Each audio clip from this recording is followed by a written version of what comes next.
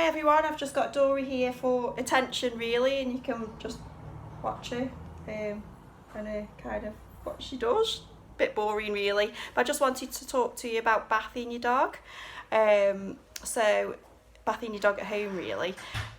So the best thing to do is first of all brush your dog, because when you bath your dog they tend to get a lot of knots and mats that can be created when the hair's wet and you rub the hair. It like creates mats and knots. So yeah, it's very important to brush your dog before you actually bath your dog. Like I've said before in a past video, you can put a collar and lead on your dog to keep your dog still. So that goes for brushing or bathing your dog.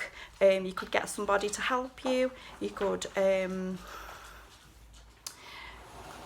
get your children or anything to help you, and they can just hold the lead and try to keep your dog still. So there's lots of different shampoos. You might have shampoos in at home, but the best type is to use a dog shampoo and not to use any human shampoos, because they're too strong. The pH levels in human shampoo is too much for dogs, so it is best to use a shampoo specifically for dogs. There's lots of different ones out there for hypoallergenic colours, different coats, all sorts, but just get one that you find and suits you really. You can also use conditioner too. This is really handy for dogs that have dry skin. It just helps to keep the skin hydrated after they've had a bath.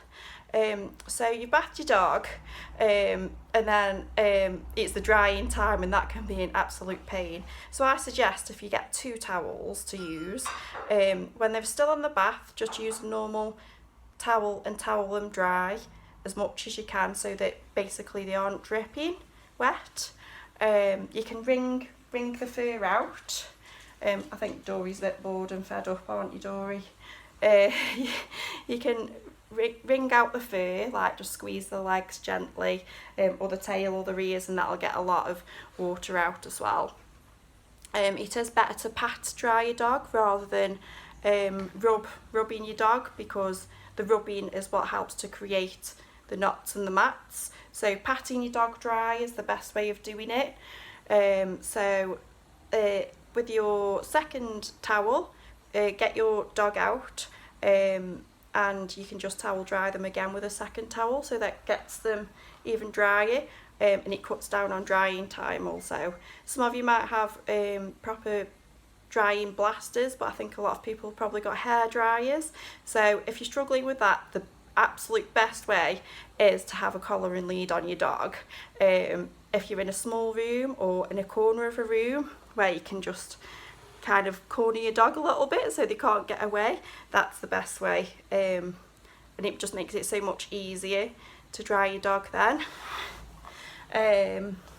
So if your dog is a bit scared of the hairdryer, just turn the hairdryer on, leave it running for a couple of minutes, but do not put the hairdryer onto the dog and start drying them, just so that they get used to the sound, and then switch your hairdryer off. You can then just put the hairdryer around the dog to get them used to you kind of moving a weird object around, and then just kind of keep repeating it until you think your dog is used to it really. And then, you know, you just kind of dry your dog. It's best to start from like the back leg area and then work your way to the head if they're not too keen on being dried. So yeah, I think that's it really. Tips: you could make sure when you've bathed your dog, make sure all the shampoo is washed out properly, because any shampoo that is left in the fur can irritate the skin still. And I think that's about it. I can't think of anything else. So that's about bathing. I will try and film doing a bath as well, bathing Doug and Dory, because they are in need of grooms.